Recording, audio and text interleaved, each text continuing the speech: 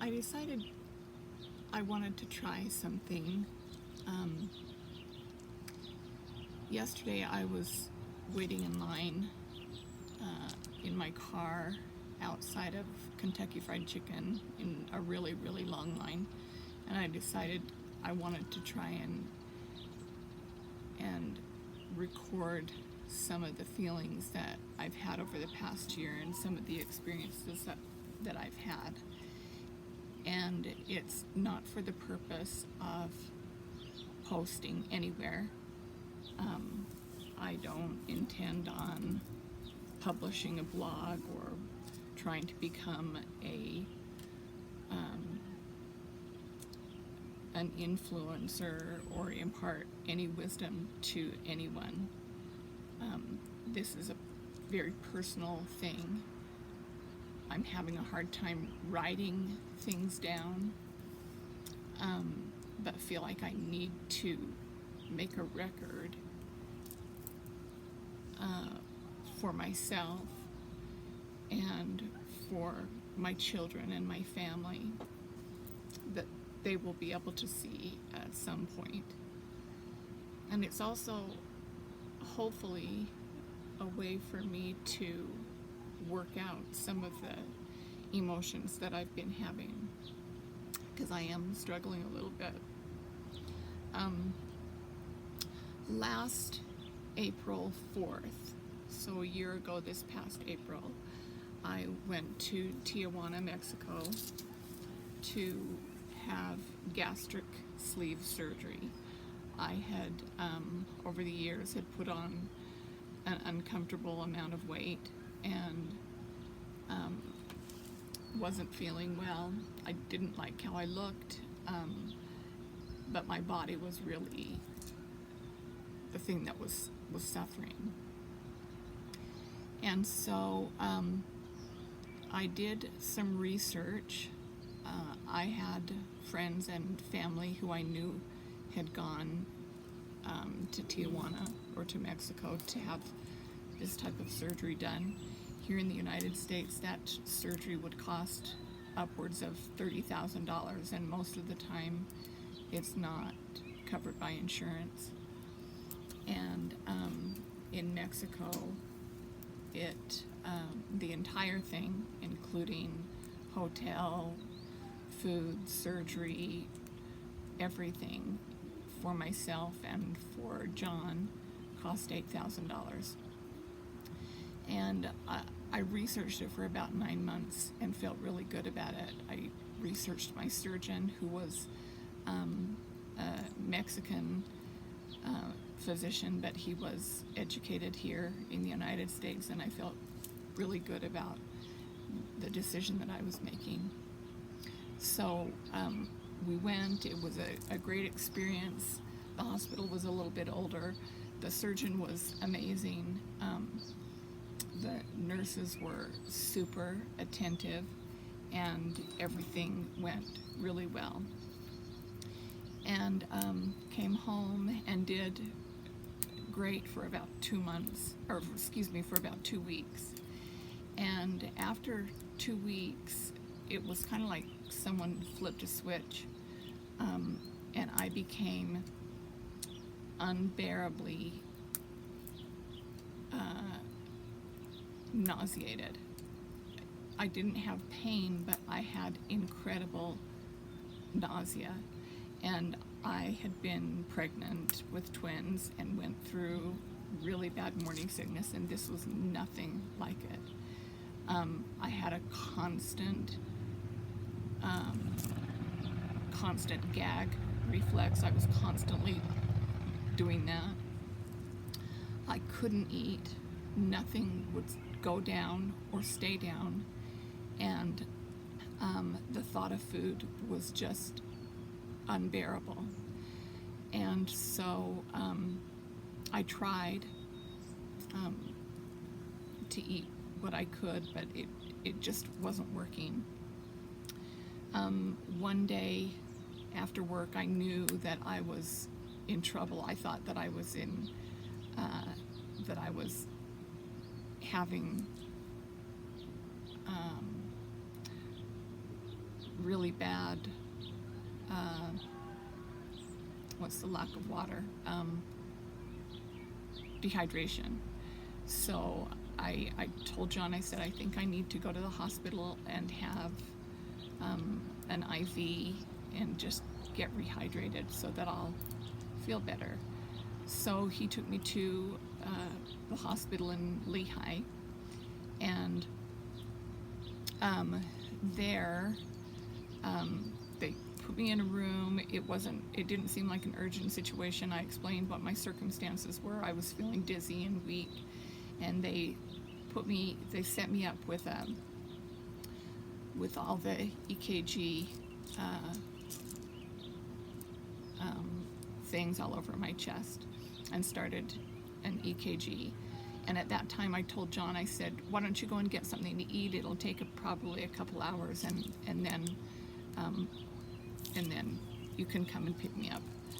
So a few minutes after he left, I heard over the loudspeaker them call Code Blue to my room, and a Code Blue means a heart attack.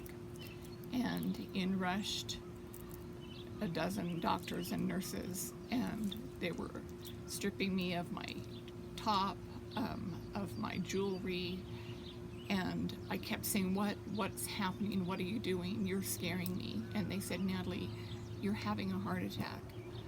And at that time, I thought that was the scariest thing that had ever happened to me, because I was alone and my son wasn't there. And I thought I was going to have a heart attack and die. So I quickly got him on the phone, and he was at a restaurant nearby. He contacted my brother-in-law. I contacted my boss, who is a good friend of mine, and told them that they thought I was having a heart attack and I needed some support.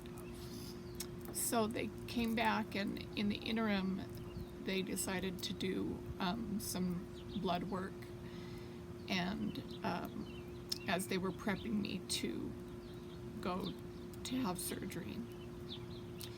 And the blood work came back, and what it actually showed was my potassium level was so low, was so critical, that it was mimicking a heart attack. Now, potassium, and I didn't know a whole lot about potassium at the time, but it's the thing that kind of controls your muscles, your heart being one of those muscles. And if your potassium gets low enough, it can give you cardiac arrest. So your potassium level is supposed to be at around a 5. Mine, I think that day, was 2.5, 3. So they admitted me to the hospital. They put in an IV, and I was in the hospital for about 15 days. And I was on 24-hour IV infusions. During that time, we were also trying to address the fact that I was really struggling with nutrition, that I couldn't eat, that there was something going on in that area. And so they operated and did a scope where they went through my throat with a camera and looked down into my esophagus and my stomach area, and everything looked fine. The surgical site, everything looked fine. They couldn't identify any reason why I would have the problems that I was having. They also decided to take out my gallbladder, just in case that was part of the issue. And at that time, they put in a nasal feeding tube. the feeding tube only lasted about 2 days, because the feeding tube goes through your nose, goes down your throat, and it hit that kind of epiglottal area, and that creates that gag reflex, and I couldn't stand having that continue to make me want to vomit, so they took that out.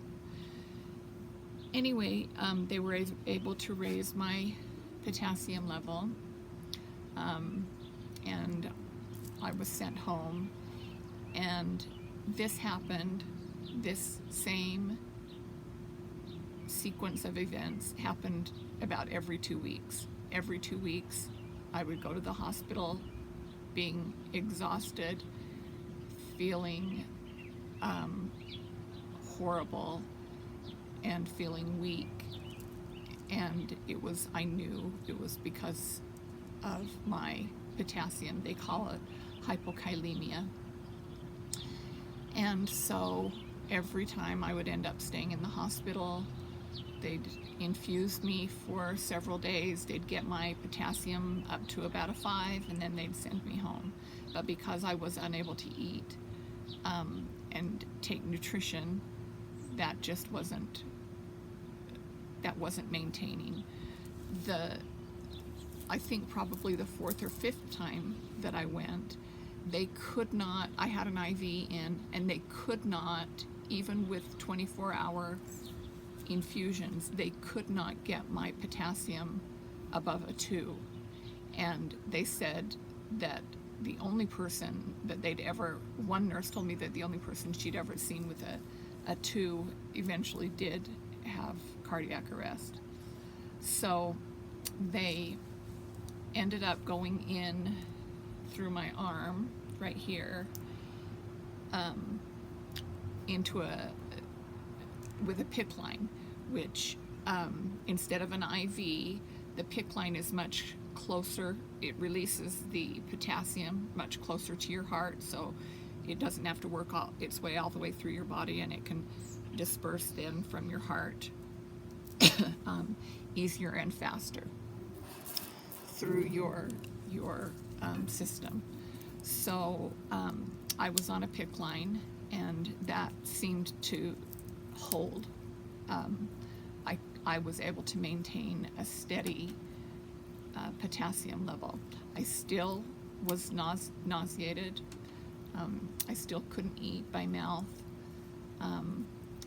But they sent me home, and they sent me home with a home health company, a home health nurse that would come in every other day, and she would take my potassium level and send it in to make sure that the PICC line that I was having infused at home 24 hours a day. I had an IV pole in my room and was in bed with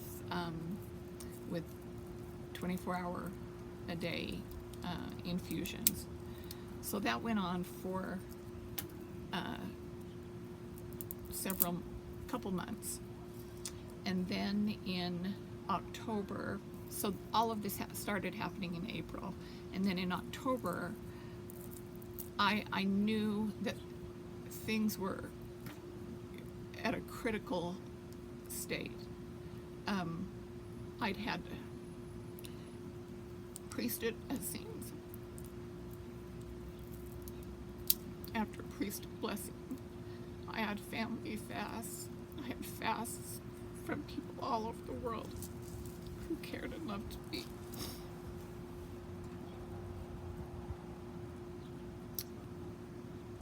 And I had a huge trial of my faith. I didn't understand why I was not getting better.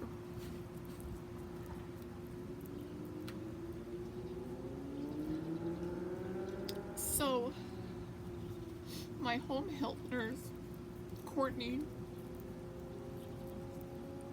she told me one day, she said, "Natalie, you need to see a doctor in Provo named Richard Rasmussen. He's a bariatric surgeon. He specializes in gastric surgery, and he will know how to help you. And she said, if he can't see you, then you need to see someone at the University of Utah in their bariatric clinic. So I called Dr. Rasmussen's office and I explained my situation and said I need to see someone because I am in really bad shape. And they said, well, yes, let's get you in. Let's make an appointment for you to see him. And then they asked me where I initially had my surgery, and I told them in Mexico. And they said, he won't see you. That's a liability that he isn't willing to take. And I told them, I said, well, what do you do for someone in my situation who will die? I will die. Because I literally, and when I told people this, I don't know if they really believed. I didn't eat a thing for 6 months. I would have little tastes of soup here and there. But I literally didn't eat a thing for 6 months.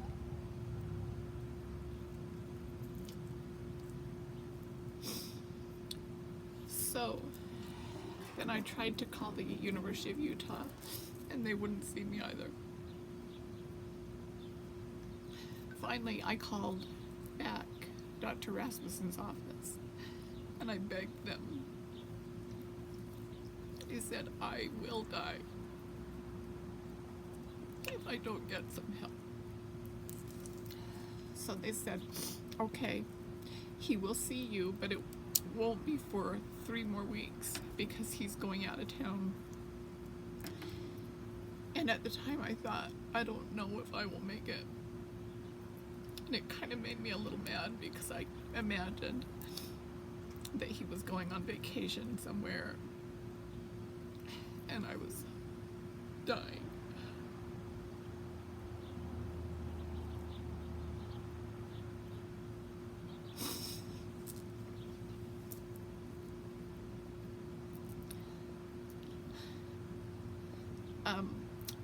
I then had gone to see a nutritionist, a gastro surgeon, and I demanded that they give me some kind of nutrition, that I couldn't have a nasal feeding tube, but I needed something other than just potassium. And so through my PICC line, they gave me what they call a TPN, which is just straight nutrition. All the nutrients and all the everything that you need, nutrition-wise and mineral-wise. And so they put that in my PICC line for on a 24-hour basis. And I started that, and 2 days later, it was nighttime, and I remember I had I had a glass of water, and I just poured it over myself, and I didn't know how I'd gotten wet, and I knew that something really bad was happening, but I didn't have the state of mind to do anything about it, so I just went to sleep.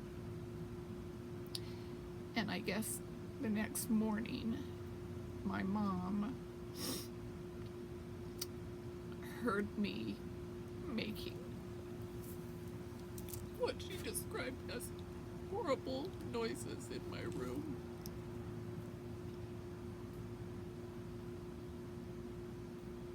She said it was something she'd never heard before. And John had been at work and he had been trying to call me. and I wasn't answering, and so he called, and my mom told him that there was something wrong with me, and she wasn't quite sure what to do. And so John got in the car and called my nephew Stuart and said, call an ambulance and have them go and get my mom. There's something wrong.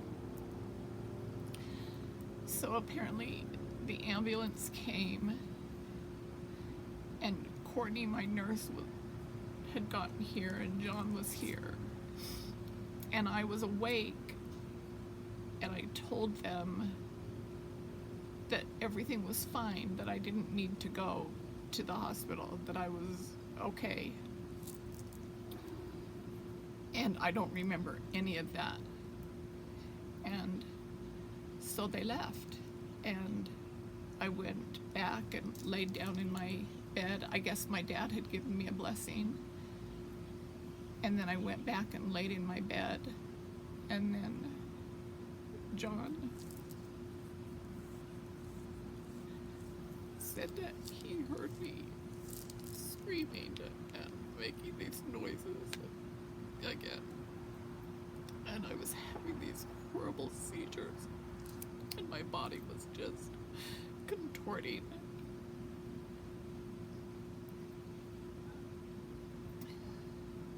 And it's still something that he'll talk to me about that he can't get out of his head. So they called the ambulance, and the ambulance came back and took me to Timpanogos Regional Hospital, which is closer here to my house than the hospital that I'd been at all summer.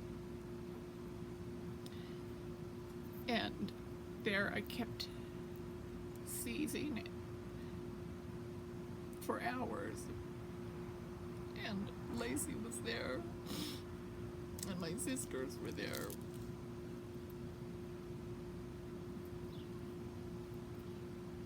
And there was a nurse there who kept my family calm, and she kept telling them she's gonna be okay, she was gonna be okay. And I guess at one point, Lacey, who isn't very emotional, ran out of the room just sobbing.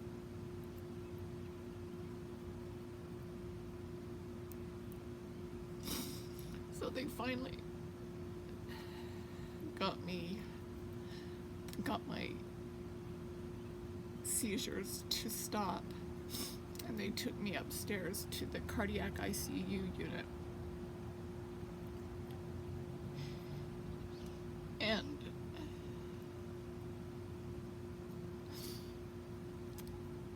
there I went into cardiac arrest, and my heart and my breathing stopped, and I died 5 times that night.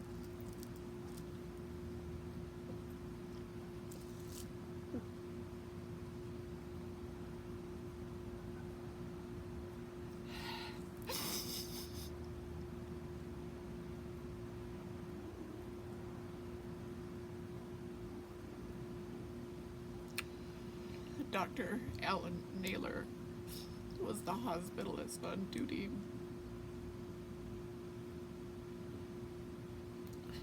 And at one point, before the cardiac arrest, they sent my kids home because they thought that things were stable. And then when I started to have the cardiac arrest, they called my kids back and said that they didn't think I was going to live through the night.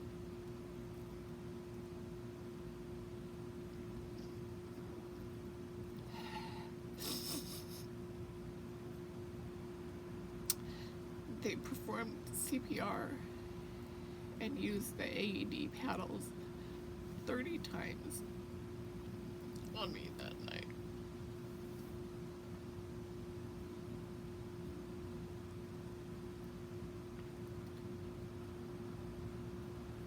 something that they have since told me has never happened in that hospital.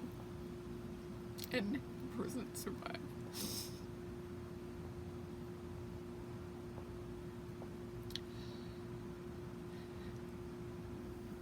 I remember none of it. I didn't have any spiritual experiences. I didn't see a light. I didn't see the Savior. I didn't feel a peaceful feeling.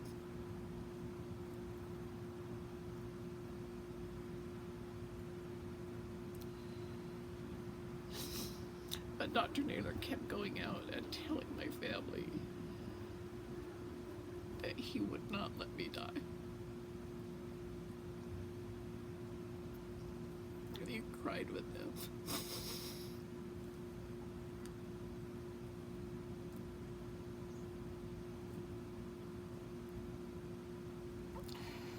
And they worked on me for 14 hours.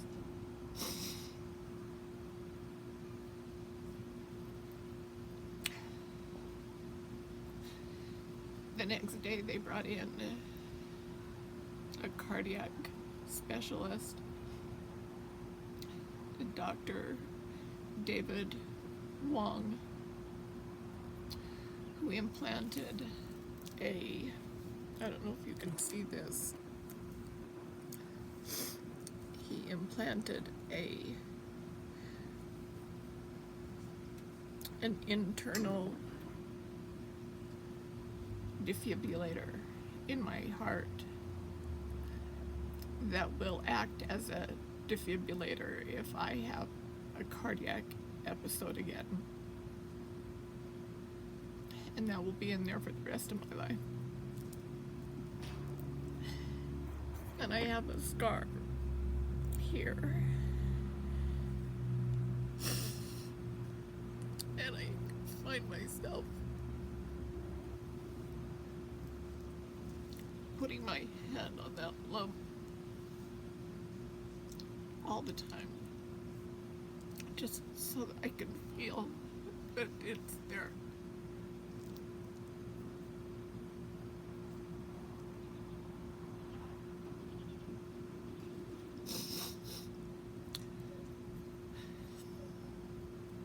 I woke up about 7 days later. Actually, I had been awake for most of that time, and I'd been interacting with people, and I was kind of obnoxious, I guess. I had a British accent at one point. I was kind of weird, flirty with some of the male nurses, and kept asking one nurse, his name was David, who had a big bushy beard, if he was a terrorist. We debated Catherine or Megan, if we were Team Catherine or Team Megan. It was just kind of a weird time because I don't remember any of it. And I didn't remember any of those people.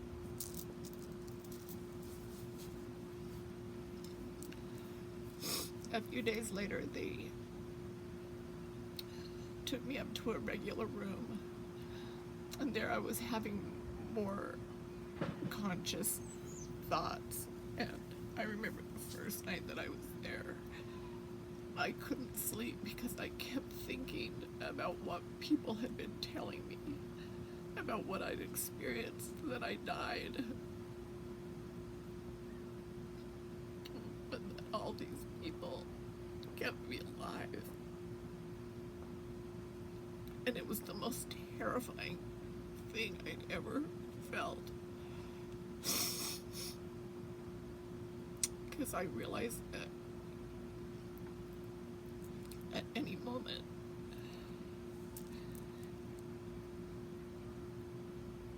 someone could just turn the lights out and you'd be dead. And that the last conscious memory that I would have had would have been that night when I poured water all over myself. That would have been the last thing I remember.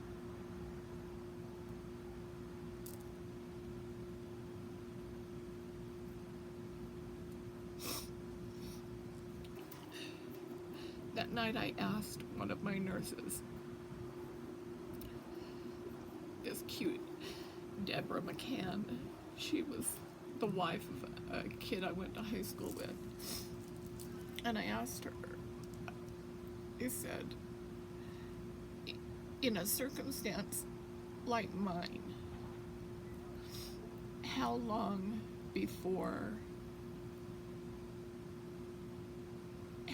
do they usually give a patient like me before a doctor will call time of death? And she said about 20 minutes. And they went 14 hours.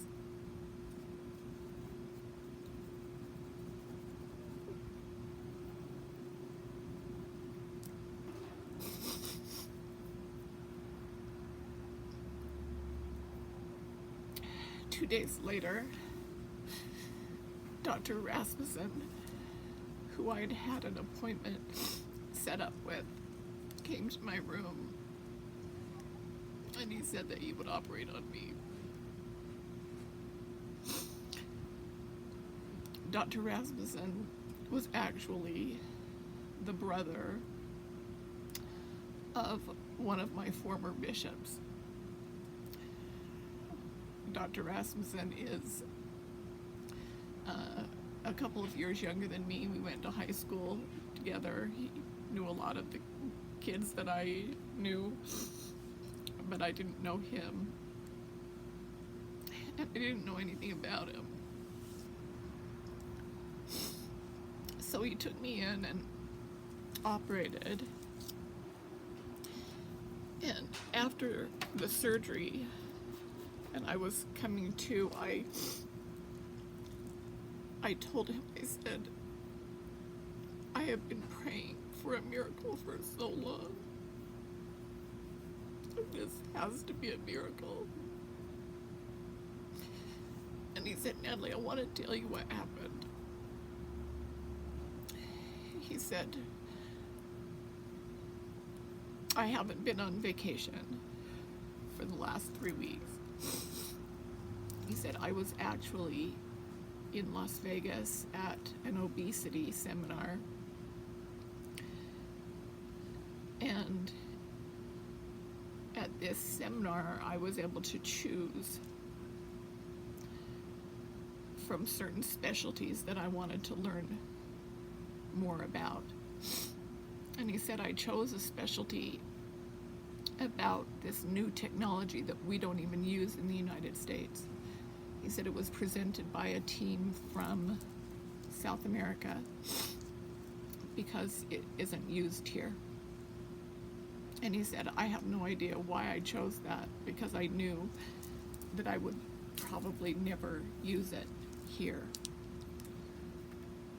He said, but what it was an endoscope that was a 3D endoscope. So a regular endoscope just sees the top one view of the inside of your esophagus and your stomach area. But this technology was a 3D view, so he could see it from 3 different perspectives. He said, I went in and saw that you had a stricture in your stomach. When they did my initial surgery, they removed 85% of my stomach and then stapled it. So, say for example, this is my stomach. The bottom part of my stomach, the top part of my stomach. There was a stricture, which was like a dam, from the top of my stomach hitting the bottom of my stomach, not allowing anything to pass. And that's why I couldn't eat and swallow anything. And so he repaired that. And then he also saw that I had a hernia in my stomach. And then and he saw that the staple line was curling in on itself. And all of this, looking at it from above, looked perfectly normal. But looking at it from the side, they could see that these were the really serious problems that I have. So he was able to go in there and fix that. And within a week, I was able to eat food by mouth for the first time in months. He also inserted a J-tube through my side, which is a hole, and it was a feeding tube that went right into my jejunum, which is your lower intestine, which is where you get most of your nutrition.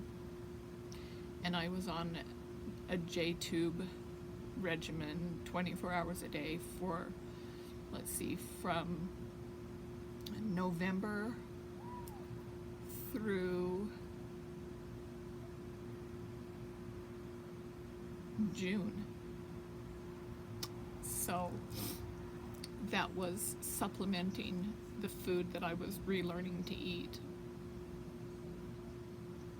And it was building my strength back.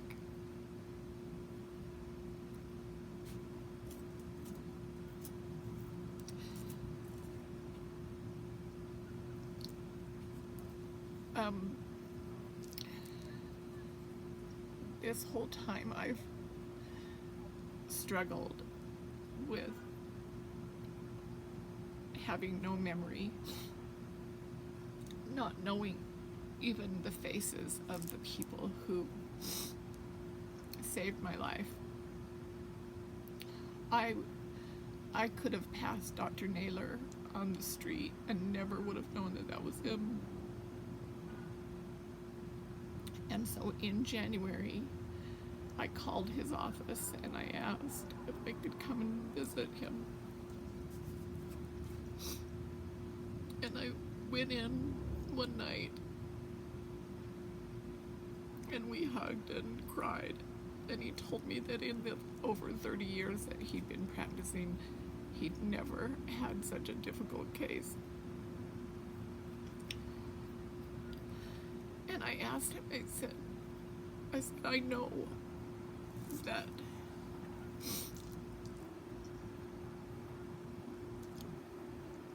you usually don't allow someone to go through what I went through without just letting them die. And I said, why didn't you let me die?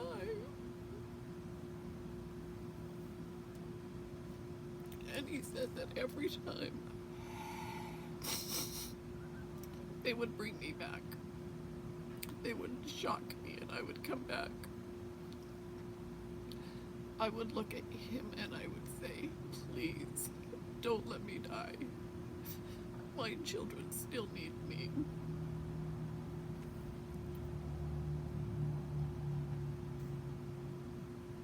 And he knew that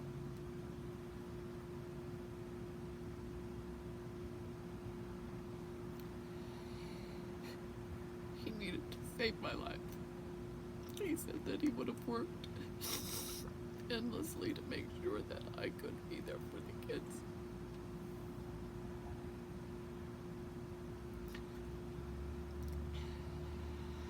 I don't really tell this to many people, but there have been times over the past couple of months where I've gone down to the parking lot at the hospital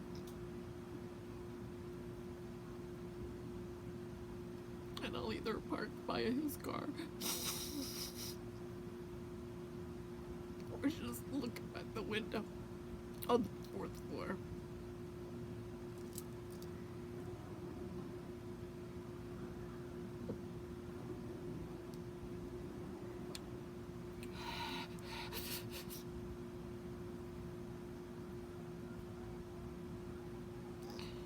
and I almost can't contain it.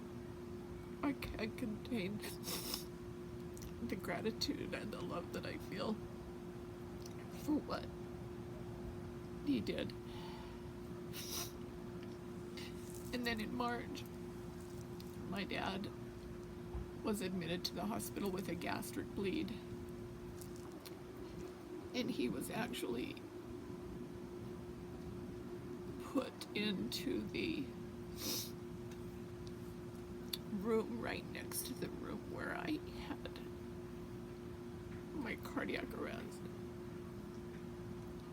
So I was able to physically see the bed that I was in,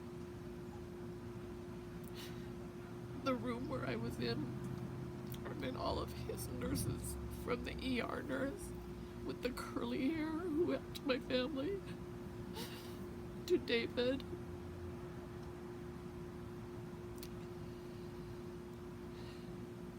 to Deborah,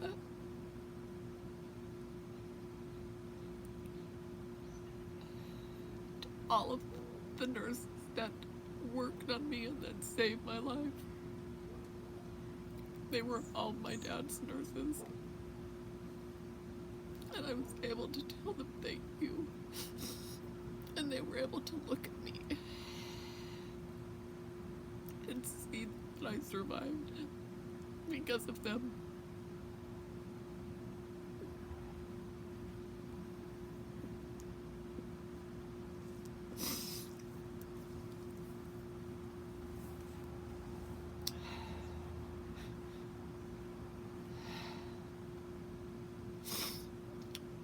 I started to do therapy in March,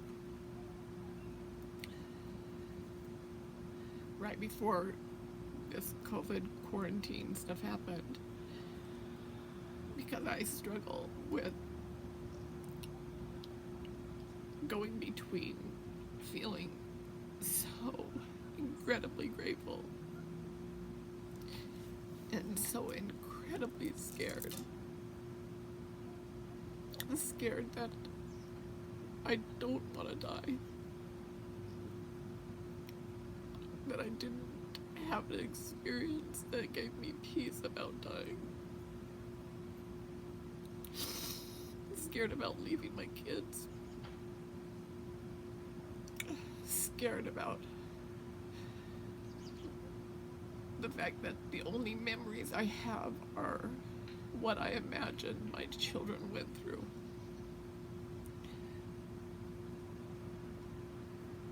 That's the only... I don't know what happened, but I can only imagine it through their eyes and how terrifying that must have been. I think all the time about what if I would have died and they would have just been alone.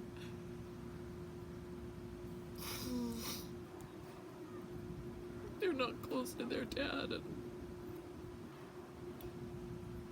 who would Lacey call every night just to say that Ginny's okay? And who would John talk to about his movies? And who would he go to when he's depressed?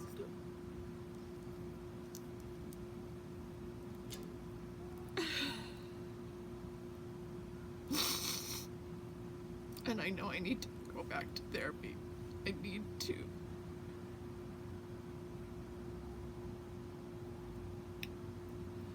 put my mind at rest. And I also need to put things into perspective, that I was saved for a reason. I wasn't saved because I'm special, but that there was a reason that I lived, and I need to figure that out.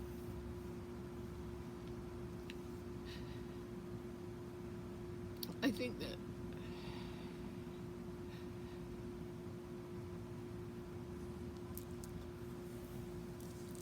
having a little PTSD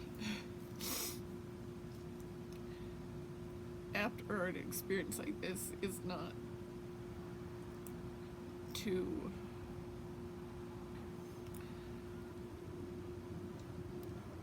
too unusual.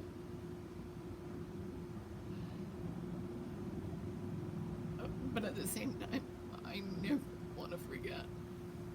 I want to think about it every day. Because it was the most significant thing. I even talked about getting a tattoo, which is so weird, above my scar, with my EKG showing my heart stopped, but then it started back again. I needed something to memorialize that experience.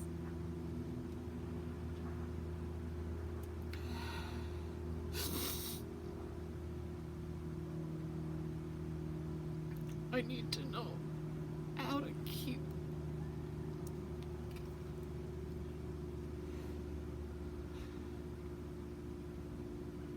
my gratitude in perspective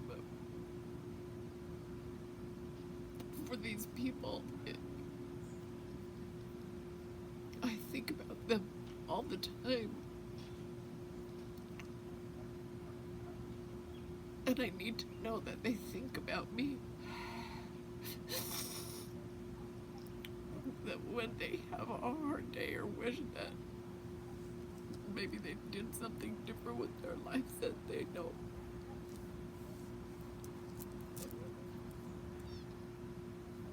that there's one person who owes them everything.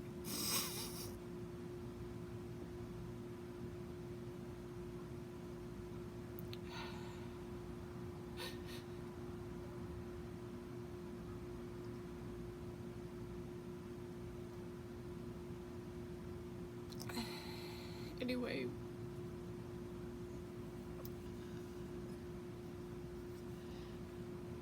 all of this kind of stuff has brought up a lot of other feelings, a lot of emotional things, both good and bad. I'm so much more appreciative of my children and the time that I have with them.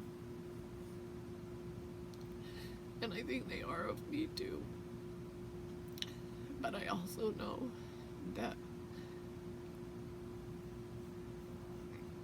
it did something to them. John worries a lot. And Lacey doesn't want to talk about it.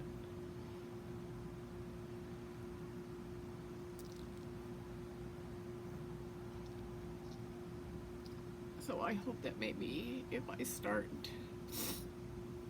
doing this kind of thing and going to therapy and meditating and praying, that I can get this into a healthy, I can put things in a healthier perspective, because right now it's too big. It's just too big. My fear is too big. My gratitude is too big. My emotions are too big.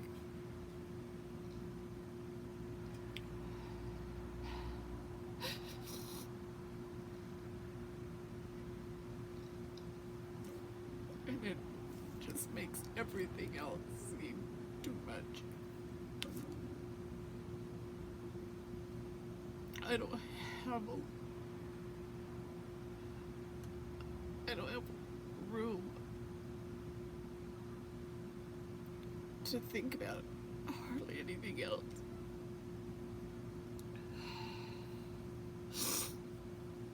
Anyway, it's getting dark out here. I'm glad I did this. And one day, my family will be able to see it and know